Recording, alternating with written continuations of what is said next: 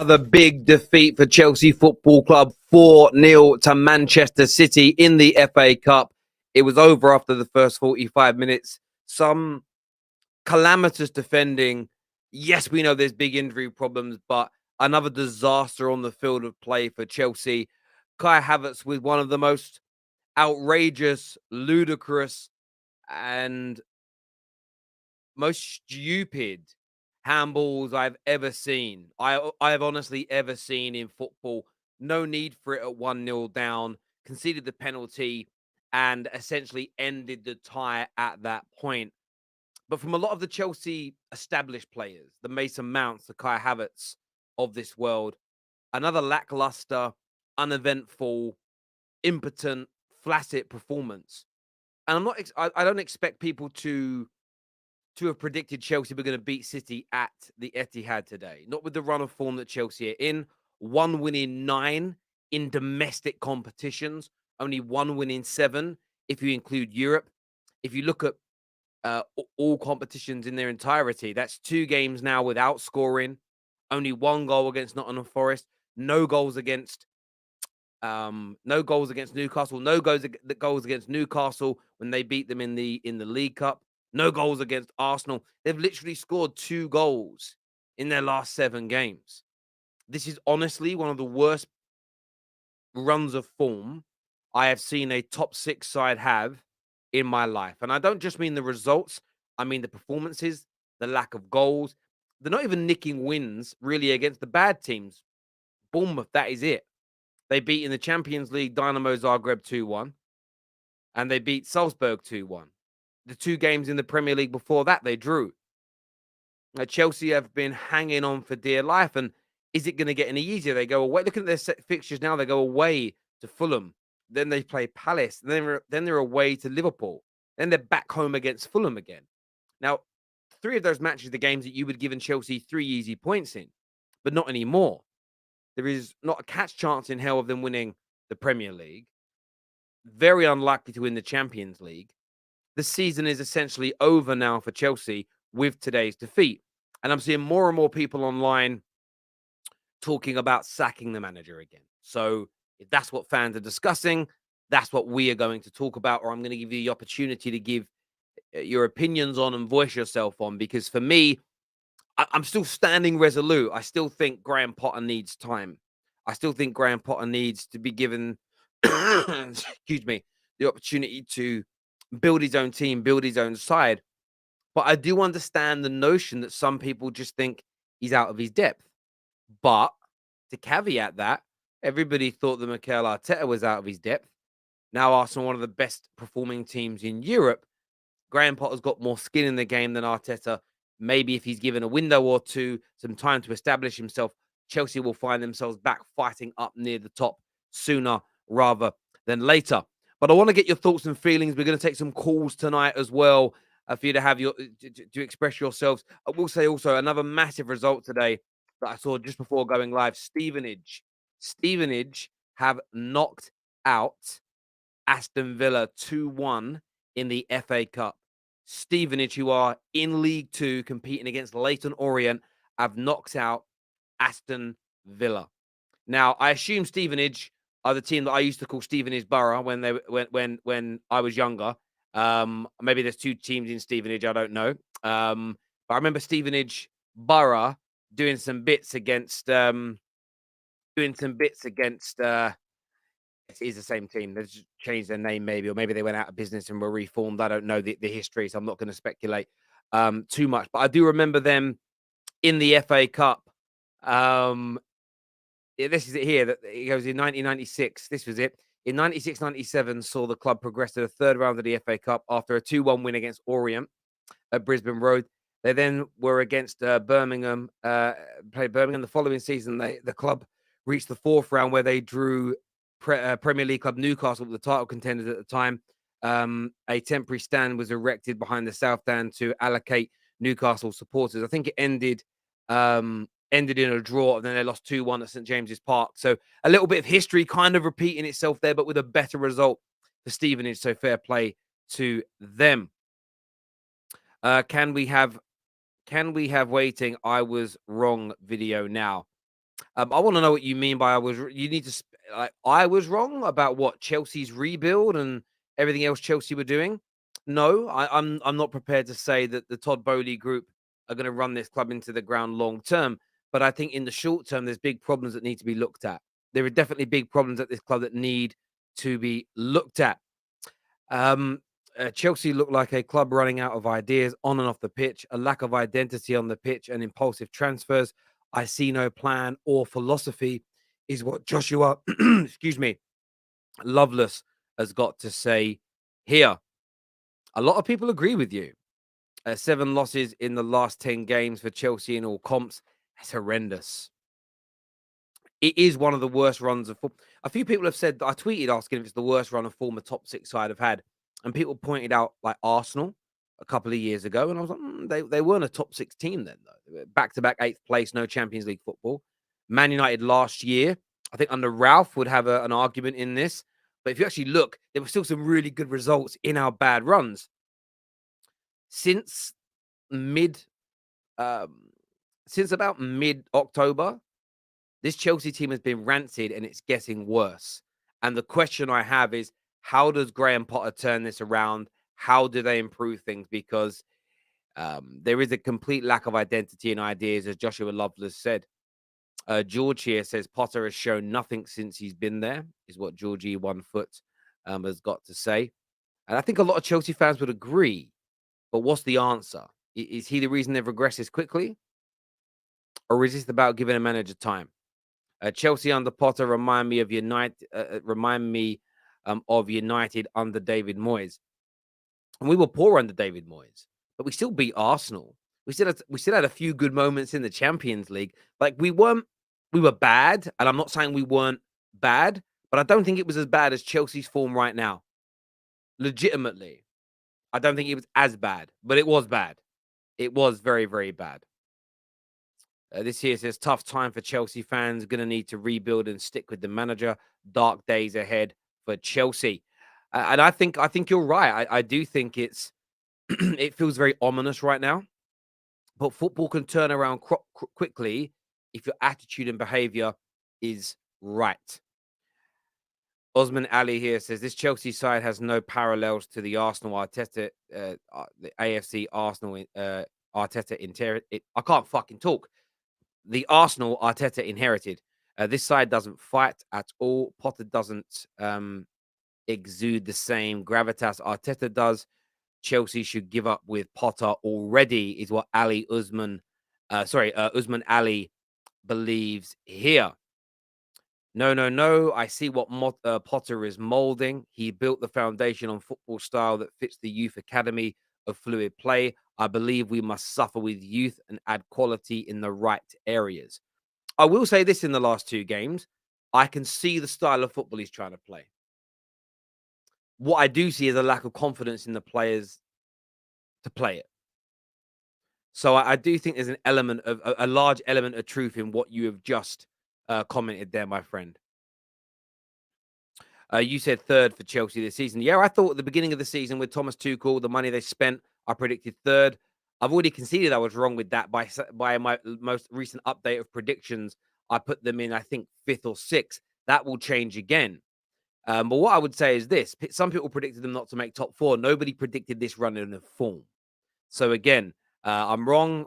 It's kind of weird how people want to focus on me being wrong, but yeah, I was, and I've admitted it. It's kind of weird. You can't. I don't know what it is with some incels, but you can't call someone out for being wrong when they've already admitted they were wrong. Call outs don't work like that. You call people out who pretend they weren't or ignore it. But thank you very much for the super chat. Can we talk City? Nothing to say about Chelsea anymore.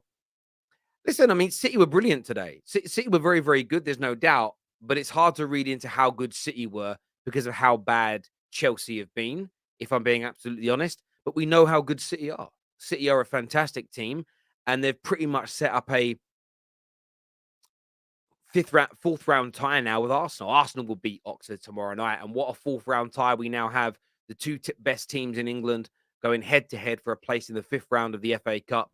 And rivals like me are rubbing our hands together because just like I celebrated Newcastle going out yesterday, it's not a personal dig. It's if the better teams go out, the more chance my club has got of winning it. And just think the third and fourth round has guaranteed the exits of two of the three, including Chelsea, Arsenal, and Man City. And I'm still happy Chelsea are out because as bad as they are now, you never know when teams turn around and find form again. Daniel here says, only us Arsenal fans truly understand what Chelsea are going through right now. Hope they can bounce back sooner rather than later. Now, that is a kind message from an Arsenal fan to Chelsea. The Undertaker CFC here, one of our long-standing members, says Bowley must go as well. I mean, he's not going. He bought the club less than a year ago. He's staying, my friend. I mean, Chelsea are ranked 10th. They aren't top 6 team right now either. Yeah, but we know what I mean by top 6 team, my bro. We know exactly what I mean by that. This super chat here says players are poor, but seriously, this was on Potter. Is what Yang believes, but he's putting this on Graham Potter. I'd love you to tell us why that is, my friend, and let the Football Terrace community know why you believe that is the case. Potter problem is how to reach these kids. Potter is a great coach or manager. Terry, what's the solution? Well, listen, I'm not an expert. I'm a fan. But for me, whatever they've decided to be their project, stick with it. Stick with it.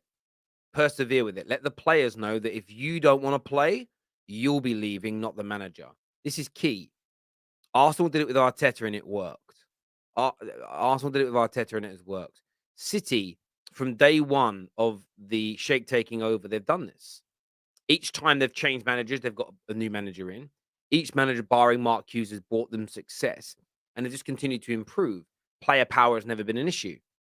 FSG started the process under Brendan Rodgers, moved into the situation with a better manager in Klopp. So Graham Potter may not be the final answer to their managerial situation. You may even find at Arsenal, Arteta isn't in terms of who brings this current crop their best trophy haul. Because remember, when it comes to in the cold light of day, what the top 6 clubs, what the biggest clubs in the world are judged on is the amount of trophies they win. That's it. Not net spend, not who had the best process, not who had this, that. Those things are side dishes that can add to whose success is better. But Chelsea have got to stick and persevere with their plan. If they change their plan every 6 months, every 12 months, every 18 months, it will never create success. Not in 2023, when multiple clubs have money and multiple clubs have structures. You are always going to be swimming against the tide. You're always going to be swimming against the tide. So you have to stick to a plan. And that's why I agree with the comment earlier that stated that there's going to be some pain for Chelsea, a lot of pain for Chelsea, because things have regressed further than a lot of us thought they would. Some people predicted it would be this. Some people predicted it would be this bad, but that it would stay there forever. I didn't think it would be this bad, but I still think the good times at Chelsea can come back, but only if they stick to their plan. Where I would be completely wrong about Bowley and his group is if every 8 months, every 6 months, every year, they start changing the direction that they're going in. That will legitimately be a problem. And do I stand by what I said in the summer that Chelsea scare me? Yeah, I am concerned because with the money they're willing to spend, if they get their project right, in the short term we might all laugh, but we're not laughing at Arsenal anymore, are we? So that let us not make the same mistake in that regard, is what I would say. But if you're a Chelsea fan, you disagree and you want the manager out, you want a new direction, feel free to express it. You do not need to agree with me. You still get a voice on the football terrace. That is what we do. Hi, Terry. I've been saying this since before the World Cup. Man City are winning the league. Arsenal are going to drop more points than City, is what Dutchless says. Yeah, listen, Man City are brilliant. And I think predicting City to win the league doesn't warrant anything other than it's a very sensible, very logical prediction that has a high level of probability of coming true. And very much could happen. City are great. They're just not the team I'm backing to win it this year. But City are absolutely brilliant. They were excellent today. And I tell you what is a little scary for Arsenal is the form Riyad Mahrez is coming into. Because he was being written off by people a month ago. Finished, passed it, over the hill. Last 2 or 3 games I've seen him play, he's looking dynamite again. And by the way, his touch just before the 3rd goal, Zidane-esque. The touch, Zidane-esque. Out of this world. Absolutely out of this world.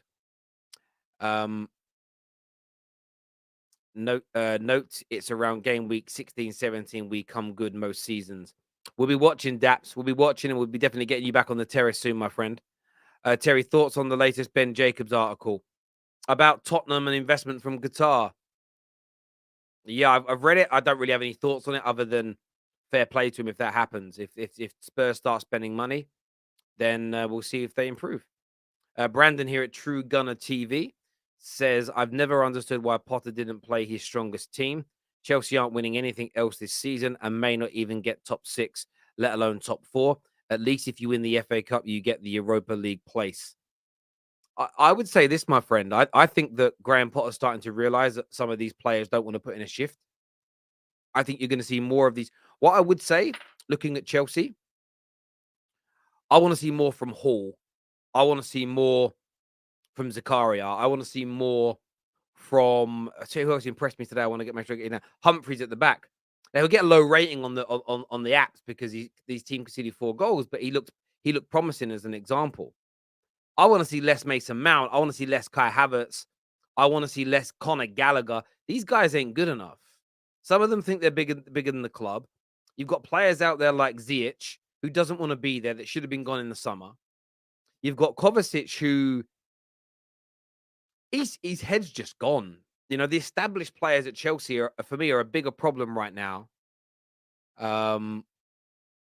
A bigger problem right now than some of these youngsters or lesser players, I think, Brandon. But I hear where you're coming from, but I think they're his biggest issue. Scary seeing the depth City have. It is. I mean, City are brilliant, and that's because City are run well. City are run well. It's taken them years to get to it. It took them years to get to the point they've been in for the past 5 or 6. But that comes through perseverance, sticking to your guns, continually investing, even when it goes wrong. And you never let player power take over a dressing room. You never let that happen. If player power takes over, it's one of the roads to ruin. Our fans were singing Roman and Tuchel chants. Well, of course they were, because Chelsea fans are going through a real hard thing at the moment, which is, and a lot of men go through this, and women. You know, they sometimes, the expression that my dad taught me when I was younger is, an ex is an ex for a reason. But people do this in life. They break up with someone, they go through some hardships later on down the road and think, oh, should I get back with my ex? Should I get back with my ex? Things weren't that bad, were they? But you can only look forward. You can only look forward. That world isn't coming back. And maybe the project's right and the appointment of Potter is the issue. Maybe that is what the solution is here. So, like I've said many times, I think they should stick with the project 100%.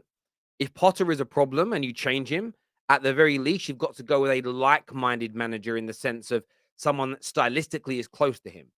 You can't have somebody, can't go and get Diego Simeone, who's the complete opposite, in my view. Not for long-term sustainability, but that's just my take.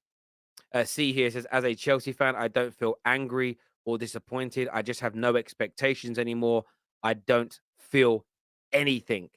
I mean, that's a painful place to be in, to not feel a single thing about your club. His team selection is beginning to begin with was poor, is what Yang says here. See, a lot of people saying that, to be fair. Potter is the worst ever manager in Chelsea history, according to this comment here. Todd Bullhead is a mushroom. He is throwing money at the problem, is what Football Matter FC says here. Guy Fawkes says, that's actually a very good point, Terry.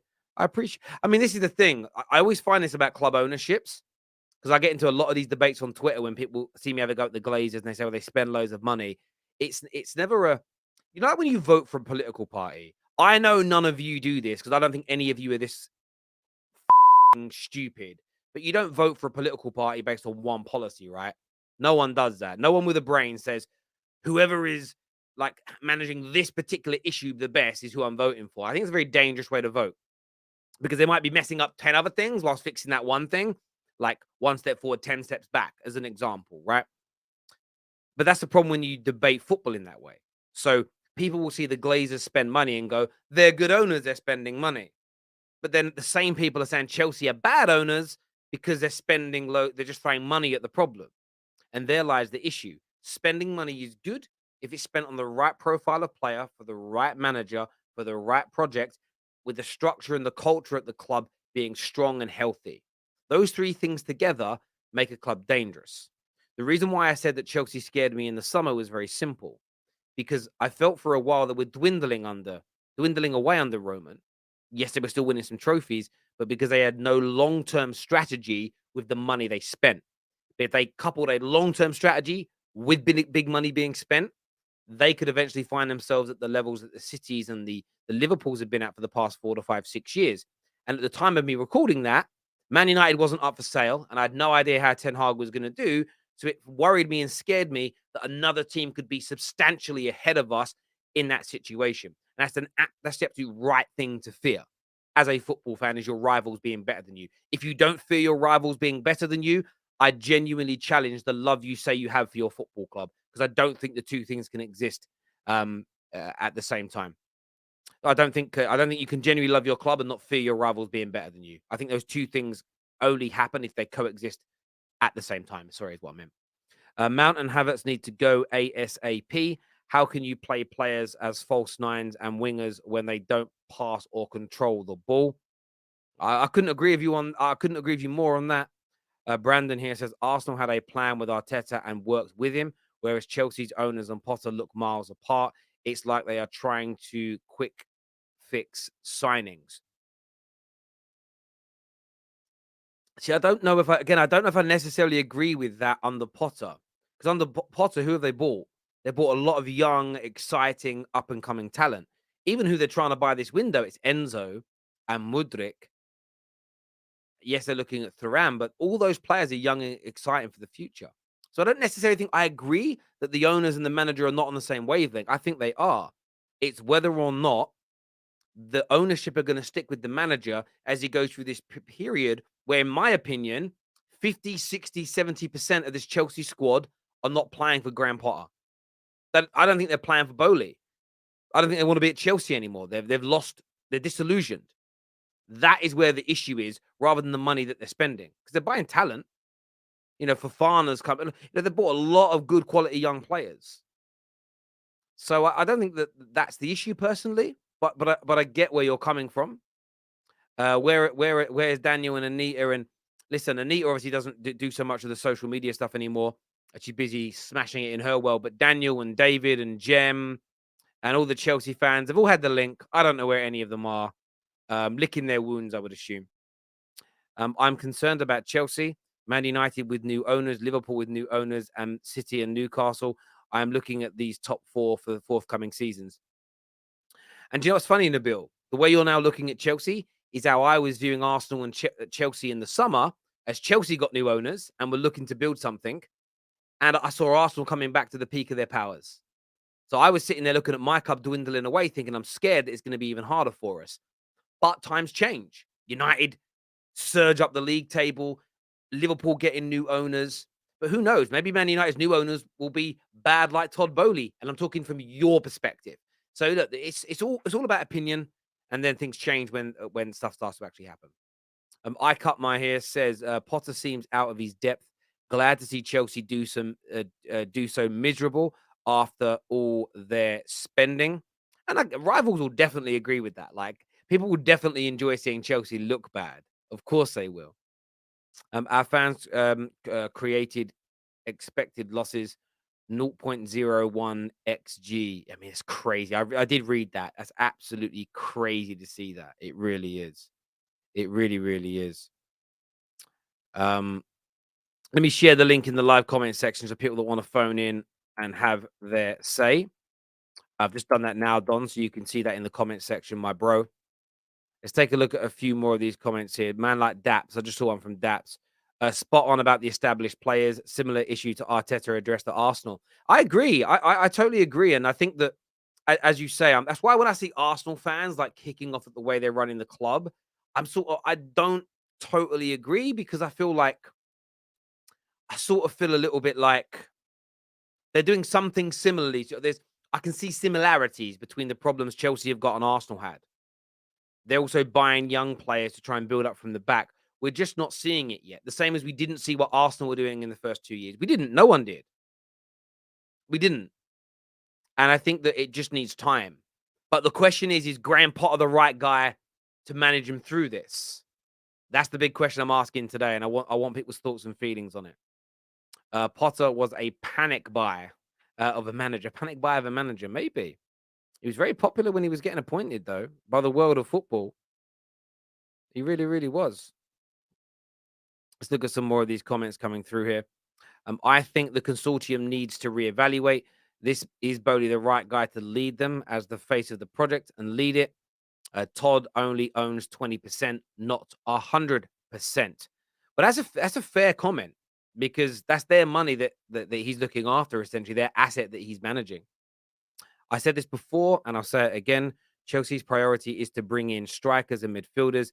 This needs to happen. The fact that they have only won out of their previous, only won one of their previous 9 games. That's of previous 9 games domestically that they've only won. But yeah, it's definitely a worrying factor. This comment here says, "I wish we had owners spend in the problem." Sorry, I wish we had an owner spend money in the problem. Yeah, spending money is a good thing, but it's about the profile of player being right. And I had this argument earlier today. There were Arsenal fans specifically telling me that I shouldn't be angry that we don't have money to buy better than Vaghorst this January because we've spent 212 million so far this season. And my point is this: Man United have spent massively since Fergie on 4 failed projects, and at some point, it's happened on a couple of occasions. The money dries up and runs out until new sponsorships come through or the following season starts and there's a new injection of cash from TV deal money, etc. And the reason I'm frustrated is because we've failed 4 previous projects.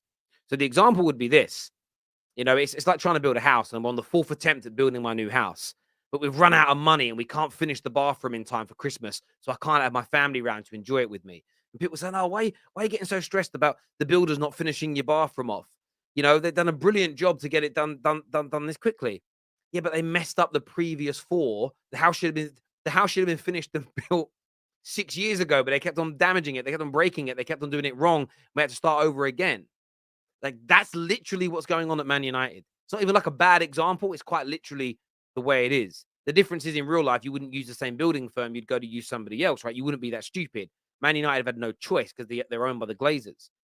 So I look at it very much along the lines of spending money is good, but you've got to buy the right profile. The reason those failed projects damage the next project is because the club has always changed the manager who has a different ideology of football, meaning the majority of the players in that squad will need to be changed over a 4 to 5 year period. That massive overhaul costs hundreds of millions of pounds each time. And essentially, you're burning the candle at both ends. That's how this goes wrong for Chelsea. And I give that long winded speech because you have to understand the clarity of it. And you have to have clarity on the detail of it. Sorry. That it's okay to spend money if this vat of players you're buying is suitable for the next manager you bring in because the ideologies and the style of football the managers play are not overly different. So when Pep leaves City this year, next year, the year after, if they look for a manager who plays a similar style of football to him, there's no issues. They are not going to go in a completely opposite direction where a manager's like, yeah, look, I need 15, 16, 17 new players. They're not going to do that because it would mean all the money spent in the last 2 or 3 years by Pep is essentially now being wasted. Because idealistically, when you drop £100 million on a player who's say 25, that's an investment for the next 8 to 10 years. Idealistically, is what you're looking for, not 2 years and then a manager doesn't want him anymore. That's what you've got to get away from. So spending money is brilliant as long as the club's plan and ideology is consistent over a number of years. Simple as that. Back the manager instead of just sacking them for a quick fix, then be back to square one in a year's time. And Todd, back the manager. Don't let these fraudulent players get away with this, is what's been said there by Nathaniel. And I can tell you all that young David has turned up backstage. He's with his mum. His mum's consoling him right now. Oh, bless. Oh, she's stopping him from crying, but he is coming on. He is coming on to have his say. He's not crying, really. I'm only joking. Rego Park here says, "Hey, Johnny Minerals and the other Mount Kai fanboys, where are you? If you think they are generational, slap your self. I'm afraid long-term projects shouldn't keep Potter in a comfort zone. I think you meant to write Ten Hag be sorry. There should be a red line. I think Potter is nearing it. This project should not backfire. Listen, my bro, I understand the challenge, and that's why I want to get opinions. I've just got my opinion. You can have a different one for me. Remember, the football terrace is no echo chambers, so come on and have your say. Um, sorry, someone wrote breaking news. Thought it was going to be something important. Speaking of breaking news, legitimately, I've heard from a source that talks sport that Man United might be about to sell um, Harry Maguire. Oh, Imagine that happens. Young David here to join me now. What you saying, David? I don't really care, to be honest. Don't really care. Like after like the second goal, I was like, "We're out, cool, move on." Like I don't know what else I could like really say about. Just say what I said on like whenever we last played on Thursday. It's like we're trying to build a process. Um, we're trying to build this brand new team. It's not working right now. We don't have the players to do what we want to do. It's peak. Life's like there's not much more to say than life's peak right now. So yeah. What do you make though? What do you make of people calling for Potter's head? Do you think this is on Potter, or do you think this is on some of the players who just are not putting the shifts in? What are you saying? I think it's more on players not putting the shift in. If I'm being honest, we can all have our issues with Graham Potter, but like even before Tuchel left, there was a bit of a slide going on, and I don't think Tuchel would have had a slide this bad, but there was a slide going on, and then the manager before Tuchel slides happen, and so on and so forth. And the only consistent thing is the players. Like again, Conor Gallagher is awful. Mason Mount today was awful.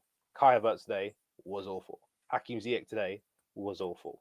And you can only go through so many managers who play various systems before we start going, you know what? The players might just not be very good. Mm. That, I, like, yeah, there's just I want you want to sit there and be like, oh, it's just Graham Potter. That's like the easy way out. But like, we've done this before, and it keeps happening all the time. So clearly, there's got to be like we've got to do complete reset before anything, before we can say anything really. Is Potter the guy? Maybe, maybe not. But I don't think we can judge it off these players because the players just aren't doing what they're meant to be doing. I don't care how bad of a coach like Graham Potter is. Some of the performances are just unacceptable. They just are. yeah. No, they certainly are. They certainly are, and that's why my personal feeling is stick with Potter, bring in new players, and give it time. I mean, your season is practically over now because top four looks done. You're not winning the Champions League, and there's no domestic trophy. So it's almost a case now where the manager's almost in a luxury position now, where we'll just keep playing these kids. Then we'll just keep playing kids. We'll bring some new signings in, and we'll Yeah, develop and the thing who is, wants to be there or not. like when the kids come on, they put in better performances than the older players. So to me, it's like it's not that you've been put in a position in which you can't perform because there are some players who do put in they do have an occasional 15, 20 minutes of actually looking quite good. So it's Mm. not like, and again, I'm talking about, when I say this, I mean, I'm talking about the really young ones. So I'm talking about Hutchinson, Lewis Hall, so on and so forth. I'm not expecting them to play 90 minutes consistently. They're 18, 19 years old. That's unreasonable to me. But those kids showed that it is possible to still play well and have a decent performance even with this manager if you think he's terrible. So why players like Mason Mount, Conor Gallagher, Koulibaly, like all these other players can't do it? That's got to be the question that needs to be asked. No, Personally, listen, I totally get it, and I totally agree, and I think that there's loads of questions and there's loads of answers that need to come, and I think maybe playing a few more games. Like I thought, Zachariah came on today, and again, there was an improvement. There was an looks improvement. he's just better than Jorginho, and like I don't even think Jorginho is a bad player. I just think with the way the club's going, he no longer fits what we're trying to do.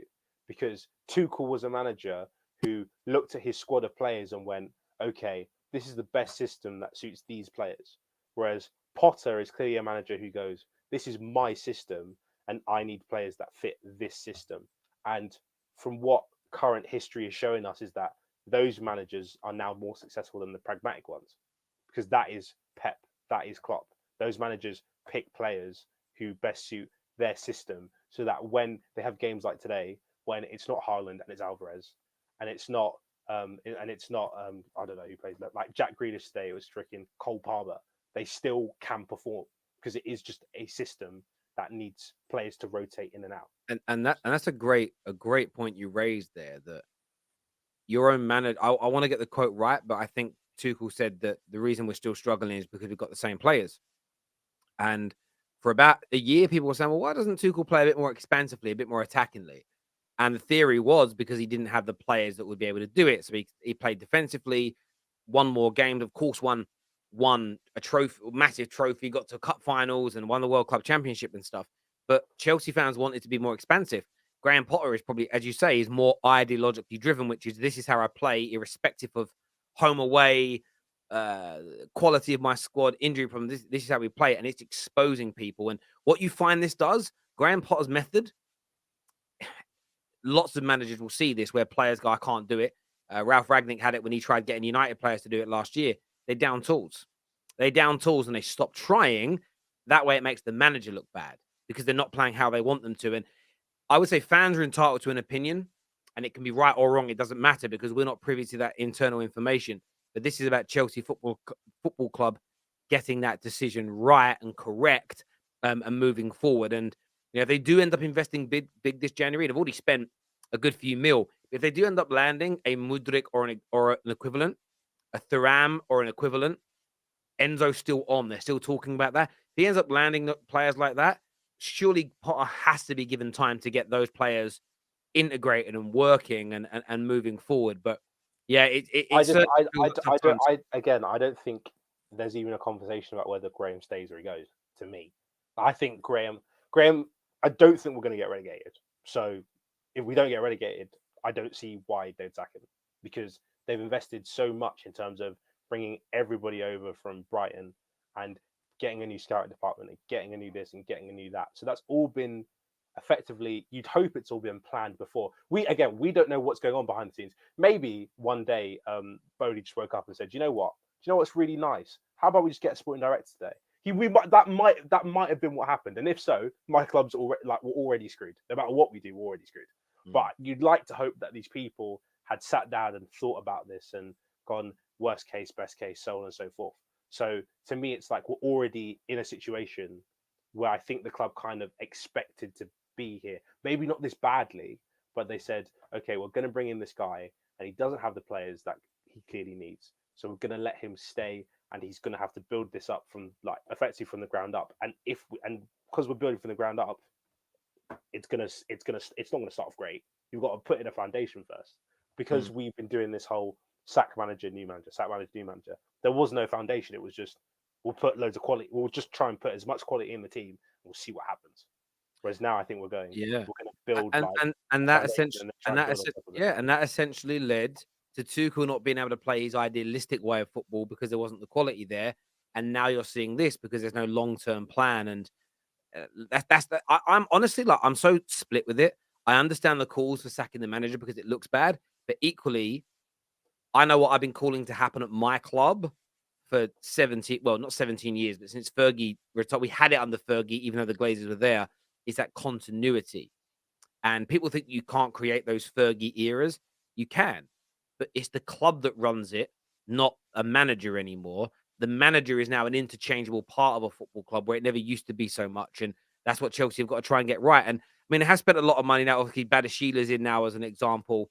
They just brought in, I don't know much about this Santos guy. I don't know much about David Fofana either. I don't know how good or bad they are. I don't know much about them. Again, Fofana came on today, and I mean, he looked better suited, but again, he didn't really play well. But how can I expect him to play well consistently when everyone around him is also not performing that well? Maybe you should recall Lukaku back. No, I'm joking. I'm winding you up. Let's not do that. David, I appreciate you coming on, mate, and having your say. And we'll chat to you again soon. Top man. Cheers, David. Thank you. Next up on the show, Alex is here. Alex the Redneck is here. from America. What you saying, bro? Hey, Terry, how you doing? Yeah, I'm good, my friend. Talk to me because Chelsea seem in an absolute mess right now, brother. Um, Now I hope people understand why some Chelsea fans like Tuchel because he can literally do some wonders with the Chet squad. Let's put it this way. You see what I'm saying? So, Mhm. for me, I don't think sacking Potter at this moment will be the right decision either. Because as much as I miss Tuchel and I didn't want him to be fired, I don't think Tuchel would have done better with this squad. Maybe slightly better, but I don't think it will be significant better that actual something visible could be changed. So for me, maybe a couple of more games, like one maybe, because we had the same problem last year, literally. When Kovacic and Kante got injured and James got injured, we went to slums. So this is literally what happened now. So we have previous things to think of since last season. So for me, firing Potter right now will be madness. The only problem I have with Potter, I can understand what he's trying to do. That's my biggest problem. Is even if you said I was the reason I am actually here because it's like you said that I can see the style he wants to play, and I'm here literally want to know what style do you see because I cannot figure it out. Well, again, when I say style, and people ask that question, as in I've seen the last couple of games, I've seen a number of passages of play where there's been really quick one touch and two touch football. Hmm. Or there was I'll give you an example. There was a play you did on the left hand side that involved a number of players. I don't remember which ones exactly. I remember who Hmm. ruined it though was Mason Mount with a very bad Oh, touch. I know what you're talking about. I There, know there what was you're talking there was about. another play, maybe 15 minutes later, you were losing. A nice bit of work on the right hand side involving Ziyech, and I want to say Conor Gallagher was involved, and then the Hmm. ball gets played through to Kai Havertz, and his first touch lets him down.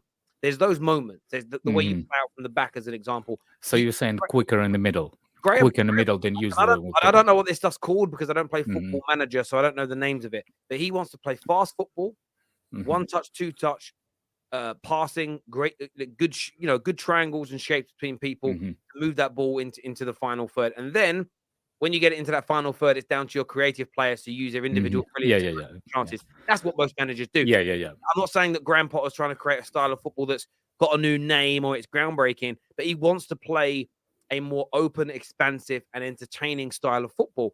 I just don't think he has the caliber of players to be able to pull it off because you see those moments. And when the young kids come on, the way Hmm. you're moving that ball around the back, the way they're interchanging with each other, you can see quality. What you don't have when those kids come on is two or three stars that Hmm. set it alight. You didn't have a Mahrez out there tonight. You didn't have an Alvarez out there tonight. You didn't have, you didn't got KDBs and Haalands anymore. Chelsea just don't have that. Your players that were bought in as stars, all of them, by the way, prior to Hmm. Graham Potter, none of them have lived up to the price tag. Potential. Yeah, yeah, yeah. Exactly.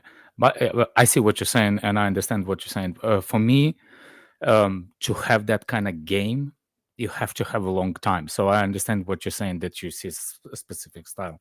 That's kind of way that I like. I like one touch football and the quicker passes between the line. If you don't provide the threat through the middle and you always go wide, it's easy to defend against you. So when Potter came in, I saw what you were saying. The problem is Chelsea has the same players for that midfield that we had the last season. So going back to the fans that want a Potter out, that's the problem. What we gonna have if Tuchel was here, he will have the same problem with the same players because we already been through that. My question is, do you believe Tuchel's recruitment better than Potter recruitment? That's the question. I don't. I Well, don't. You see what I'm well, saying? Like, but the point around that question is the majority of the players you bought under the Bowley regime were quote unquote for Tuchel. I So, wouldn't say that. well, this is the point. We don't know. The irony is this: when Tuchel came in, the rumor was Hmm. actually all the players that were bought under Frank Lampard were actually for Tuchel because they knew he was coming later down the line. People Hmm. are now saying, well, actually, all those players were bought for Graham Potter because they knew he was coming down the line. But Tuchel came out and said, I can't create anything good Yeah, yeah, with yeah. these same players. Well, he wouldn't be saying that about players that You he see, wanted. So this is the mistake that the Todd Bowley group made is they kept Graham Potter, they kept Tuchel in charge when I don't think they really wanted his style of football. That's manage my the players point. they were buying. That's been their biggest mistake. If Potter had the whole summer, the whole preseason, maybe things would look a little bit different. Alex, listen, my bro, I appreciate you coming on and having your say. Top man. By the way, one quote: Modric is not linked to Chelsea. They're using Chelsea to get all the money for him. Well, I'm telling you that that's a lie. Chelsea not interested in him. There's Shakhtar more interested in selling for that money than actual Chelsea more interested. They want the price to be stable. We will see. We will see. Take care, Alex. All the best, mate. Thank you very much indeed. Up next, Zion is with us. Zion's a Chelsea fan. What you saying, bro? You're right, Terry. Yeah, I'm good. A long time no speak to yourself, and it's been a disastrous return after the World Cup, out of the Carabao Cup, out of the FA Cup. Only one win since the return in the Premier League. Talk to me. It's typical Chelsea. I mean, regardless of what's come in, what's gone out, it's typical Chelsea. I mean, I've seen this Chelsea under Roman, for many years. I've seen this Chelsea under many top managers, and it doesn't surprise me one bit. I mean, I wasn't really too excited about the new ownership coming in or the new manager. I was against the new manager, especially when they sacked Tuchel. I thought they were going to bring in a experienced manager in the game, to if you want to build a project, you want to build, in my opinion, a manager. Okay, fine, a young manager, but it's at least got experience in not only in Europe but in the league as well. So Potter was going to be a huge gamble, regardless of who they're going to bring him in. Obviously, he's done miracles at Brighton, but Brighton's not Chelsea. Chelsea's miles ahead of Brighton when it comes to expectations. If you finish, in the top half of the table with Brighton, that's a huge achievement for them. But with Chelsea, if you're finishing 10th place or below that, that's a massive underachievement, especially with the money that Chelsea spend year in, year out, with the players that they bring in. And this is why I said, you bring in ownership from, the America. I wanted to play with the ownership where you have a style of play where you scout these players, like how Liverpool do it. I mean, if you think about it, Liverpool's transfer strategy in the past couple of years have been sensational. I mean, look at these targets that we're bringing in. I mean, Salah from Roma, they spent not even that much. Alisson from Roma, you see their plan. They've got a plan, and obviously this is a long-term thing they've been building upon with the right manager there to build upon a great team. Potter has just come in, and you're trying to now put these data analysts kind of guys in the background and see. Potter's never worked with these type of people. Potter's never worked with these top kind of sporting directors, these technical directors, especially within the regime that expects him to, go get top four, go get, points out of these crucial games. So I'm not surprised. And to be honest with you, right now, I don't care. I actually got, I've got better things to do than right now and watch Chelsea. I mean, I did watch the game today, but it's just the same old stuff, to be honest. I mean, I haven't watched Chelsea since the World Cup. This is the first game I watched of them. And it's the same old stuff from before the World Cup as well. So it's going to take time. Obviously, I wouldn't sack him because it's just stupid. You've given him a five-year deal for a reason, and that is to build upon a project. If you sack him now, you're looking like a complete idiot because you've just appointed a manager with all of his staff from Brighton, spent so much money on him, and you're just going to sack him after this rough patch. I mean, this was the same when Lampard was in this kind of state where Roman sacked him. I remember when we lost to Leicester away, and that was his last game. And I said I wanted, a ownership where you trust in the process and you just go ahead with a long-term, project. Right now, obviously, it's not working out, but, to get the success that we want, you got to go through this pain. And I said this since day one, but I don't think this manager is capable of taking Chelsea to a Premier League title, let alone a Champions League title. Listen, Zion, brilliant words, well articulated, and respect your opinion massively, my friend. And we'll certainly chat again soon. Top man, thank you, Zion, expressing himself there as a Chelsea fan.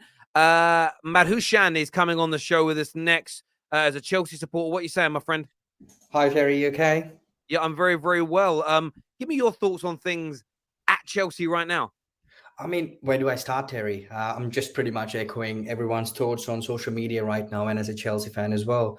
I mean, I completely understand we're in the transition at the moment, but I don't think we've ever seen them this bad. I mean, the only time We were 10th. I think we ended up winning the Champions League and managed to kind of qualify, and then ended up buying Hazard. That was the only time I could probably remember us dipping this low. We're not used to this, certainly during Roman times. But saying that, it's a new team, new manager.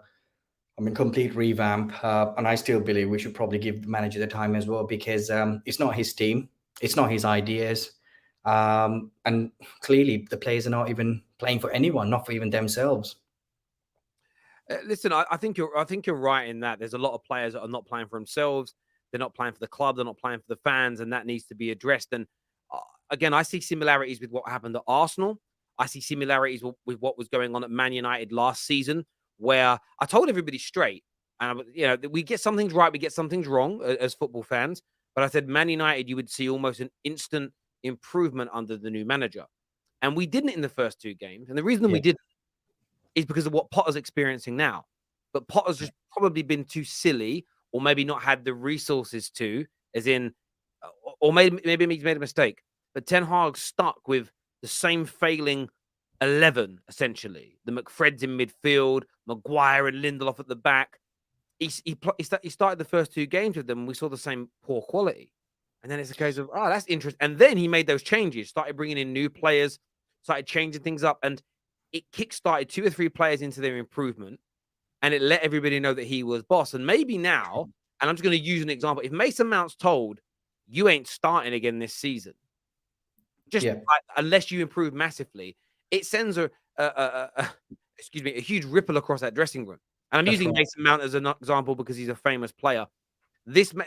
Graham Potter, this is where he earns his money here. He's got to make a mark, and you've got some really talented young players who, Chikamena, that when he's come on every time, he's looked really good. So for me, it's like, give him a start. There's nothing to lose now for Chelsea. Give him a start and see if you get improvements out there. That's my view. I think you're absolutely right there, Terry. I think a lot of players are very comfortable there. I think they kind of consider themselves untouchable. Like you said, if you probably did that to, say, Mason Mount, Kai Havertz, I think, who's been given so much a chance. I mean, look, he's got huge potential, but we keep using the word potential over 1, 2, 3 years now. So it's gone on for a very long time. But when you look at the youngsters he's brought on, they play with no fear.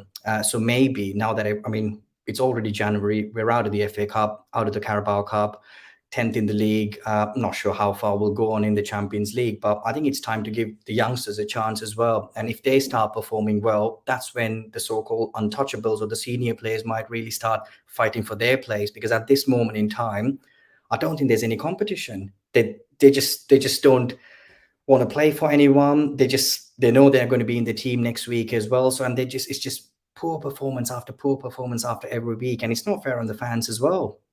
Mate, couldn't agree with you more. Great call, my friend. Make sure you call in again, and we'll chat again soon. Top man. Thank you very much. Take care. Thank you. DR's on with me now. What are you saying, DR? Chelsea fans, we need to survive relegation. We need to just, this is relegation form. I have never in my life seen this type of form in my life. This is terrible. Right.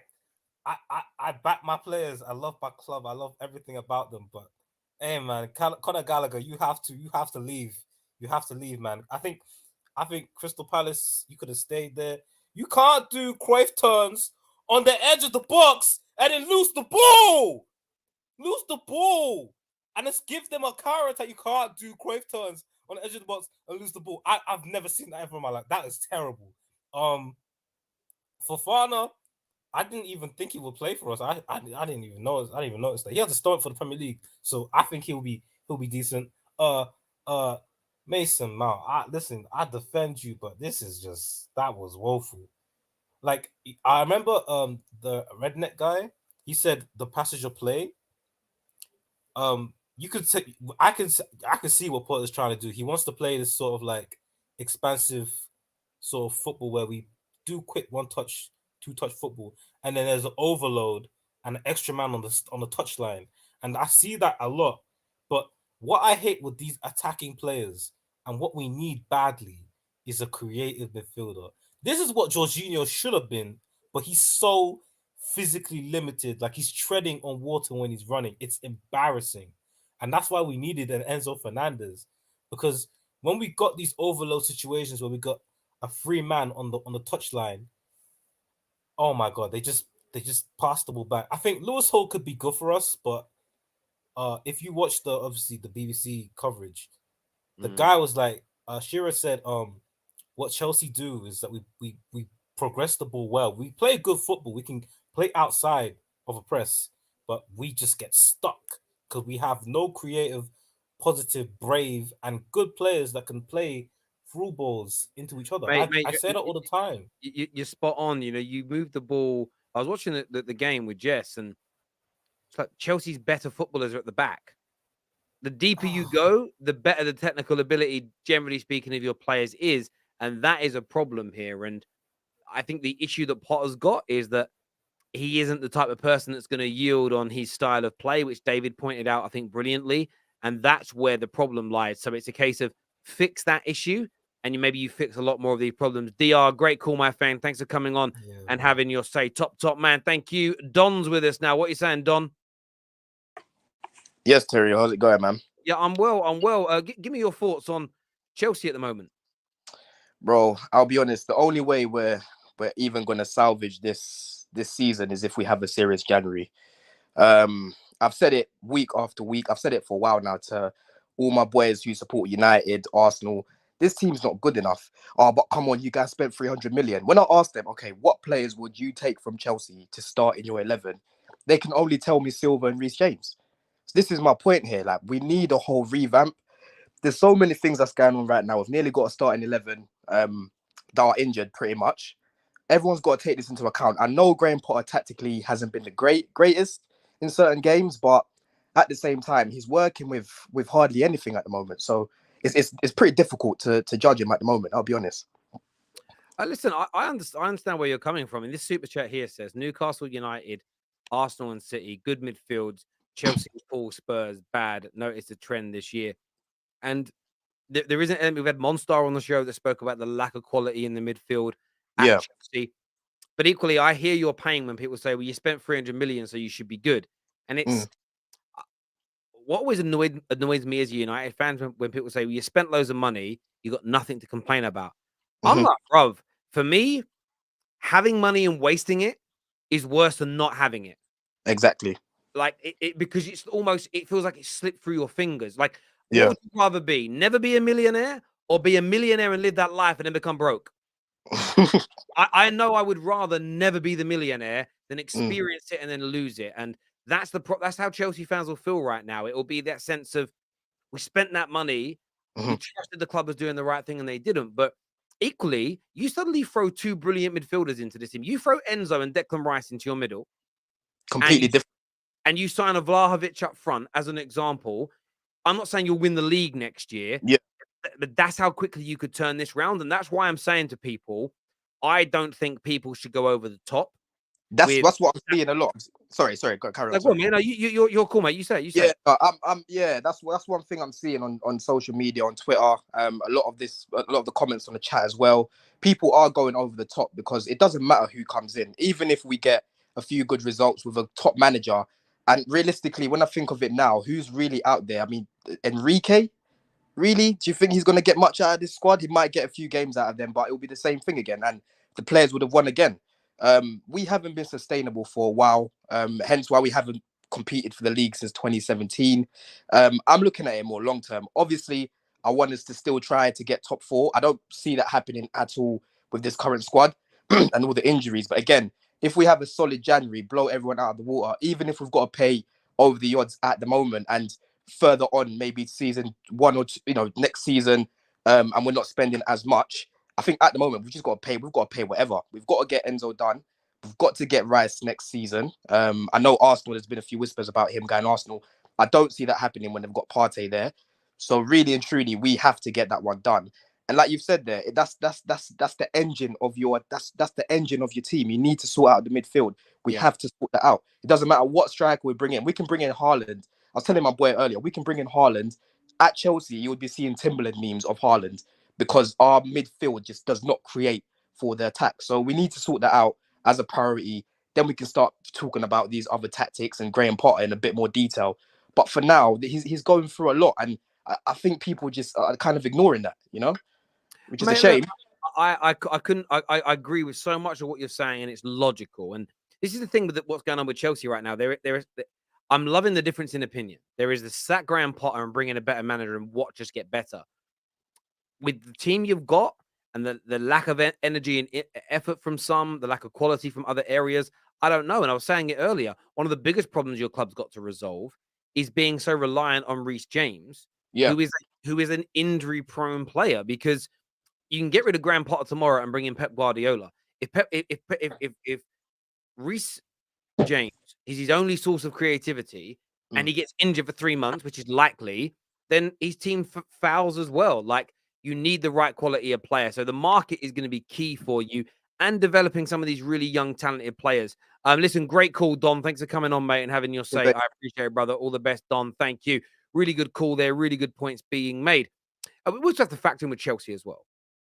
They've got mad injuries. Not 1 or 2 or 3 or 4, but 10 or 11 first-team players out injured. That plays a part. But the midfield issue is key. The lack of midfield at Chelsea is massive. I know I'm someone who ignored that in the summer. I kind of ignored it and thought, Kovacic and Kante and George, they'll be okay with that for another year. Got that wrong. I remember once I had a rattling noise on one of my bonnets, and it'd been like it for ages, no problems. And I had to drive about 100 miles. I thought, I'll be all right. Halfway there, broke down. Cost me so much money to get home. Missed a meeting, missed a business deal. And I'm like, that's on me. That's what I did with Chelsea this summer in terms of opinions. But there we go. 1 win in 9 games. At what point do we start blaming the manager? Potter out is what G's got to say. Nabil here says, I'm not even angry with United. First, in Ten Hag, I trust. 2, the Glazers are going before the end of the season. New owners need to clear out everyone except Eric Ten Hag. Well, they're not going to clear out everyone other than Ten Hag. Well, they're going to get rid of Casemiro. That isn't going to happen. But board-wise, if you mean board, then they'll get rid of a large proportion of the Man United board. That will most likely happen. But maybe not straight away. Maybe you want it to be done over a period of time. Fatur, long time no see, brother. Hope you're well. Says, hello, Terry. Long time no see. How are you? Rough time for me. A traveling fan week in, week out. Almost our starting 11 clapping the away fans. It's frustrating to see. Yeah, listen, mate, I get it. And I actually tweeted that I had a lot of respect because it took guts from the traveling fans to stay for the second half, because it could have been an onslaught. It could have been a 6-7-0, but they stayed. They fought. They sung for their club, which was important. But yeah, tough times right now for Chelsea. And I do think the tough times. So one thing I did say in the summer, as much as I think in the medium to long term you'll be back, I still think things might get a little bit worse before they start to get better. So prepare yourselves for that. But listen, everybody that's tuned in, I want to say a massive thank you to you all. Congratulations to Manchester City. Another stellar performance from you. But until next time, take care. Goodbye. God bless. And we'll see you all again very, very soon.